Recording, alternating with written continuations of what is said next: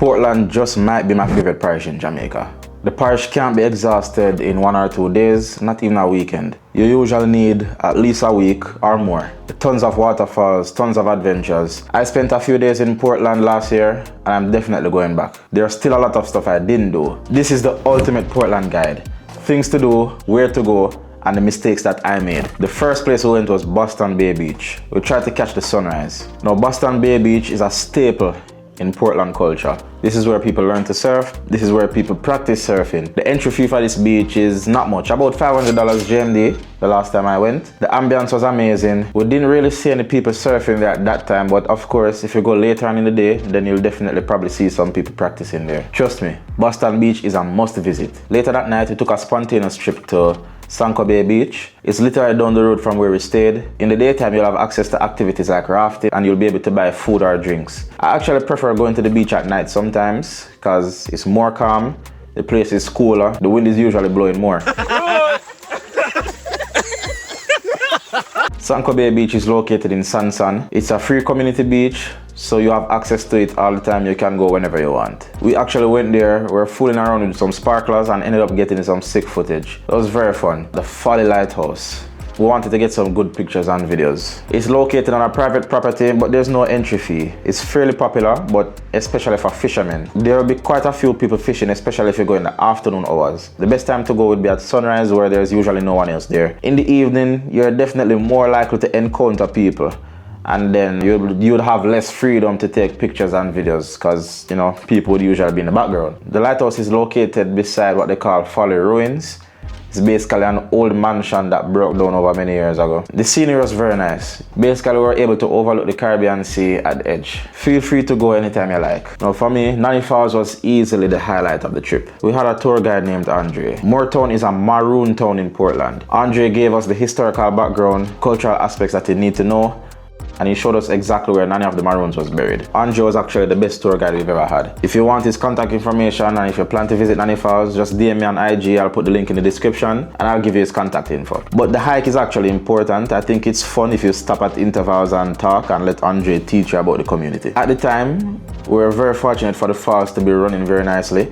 It wasn't the heaviest, but it was still running at a medium pace. I think Nanny Falls is perfect for small groups because the space for the falls isn't that large. So small groups of 4 or 5 people usually is the perfect sweet spot for hiking to this waterfall. Now, Nanny Falls is safe even if you can't swim. There are deeper parts closer to the waterfall, but the outskirts of the waterfall is completely safe. You can sit in the water, you can eat, you can drink at the waterfall. It was very nice. Now forgive me guys, I don't remember exactly the cost for the hike. But as I said before, if you want Andre's contact information, just DM me directly on Instagram and I can give it to you. He'll definitely give you more information. Nanny Falls is one of those places in Portland where I definitely have to go again. Actually, I feel like I have to do all of these excursions again. Now after Nanny Falls, we went rafting on the Rio Grande. You can do an hour, you can do 2 hours, you can even do half an hour. It just depends on you. I didn't do the full raft. We went closer to sunset, so we wanted to get out of the river before night.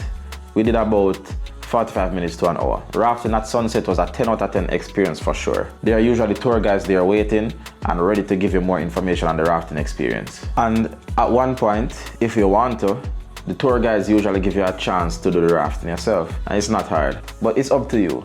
They'll give it a choice. So the next day, we went to untouched falls. This hike was hilarious.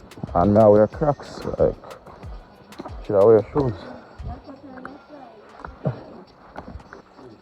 You want to care for that, yeah?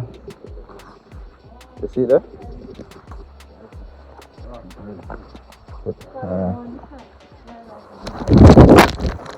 One, two. Yeah, I'm good. That's all that. Yeah. Yeah, I'm good still. Yeah. I'm putting a sport man. Let's get a drop in the world. We almost didn't go because of the time constraints. We were running out of time on the trip and we almost decided not to go. But we ended up going only to encounter no water. The falls were dry as chip, dry like my foot bottom. Can't believe. Because we went to a jungle and falls dry. See it there? Falls is as dry as chip. But it's partially my fault. None-Such Falls is really seasonal, and I should have done more research before going.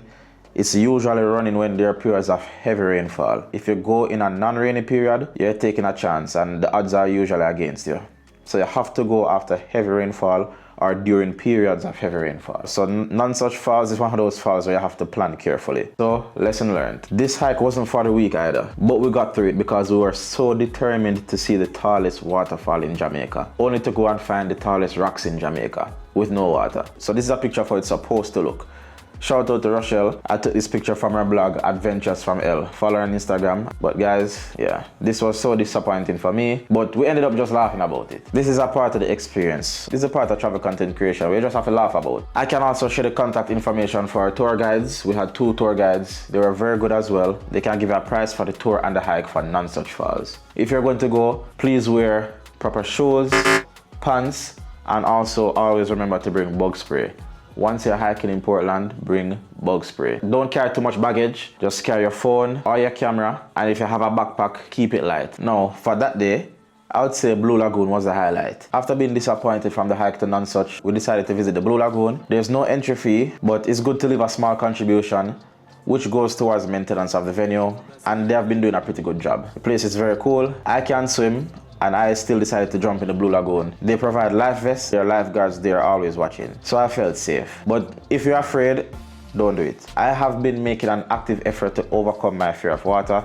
I'm currently learning to swim. At the time, as I said, I couldn't swim, but I still decided to make the jump. With the life vest, you'll just float right back to the top, and as I said before, there are lifeguards there watching you all the time. Sources say the Blue Lagoon is as deep as 200 feet. But if you're gonna make the jump, don't think about that, or else you probably won't jump. So guys, that was it for my first Portland trip. I'm definitely going back. I have a few things on my bucket list for Portland. I have Frenchman's Cove, which we didn't get to go on the last trip. Jamtopia, they have the ATV riding experience. Cascade Falls, I'm yet to see. Somerset Falls is unfortunately closed. Reach Falls is definitely on my bucket list. Stick around for the next Portland vlog because it's going to be bigger and better. If you enjoyed this video or if you found it helpful in any way, please like and subscribe. Peace.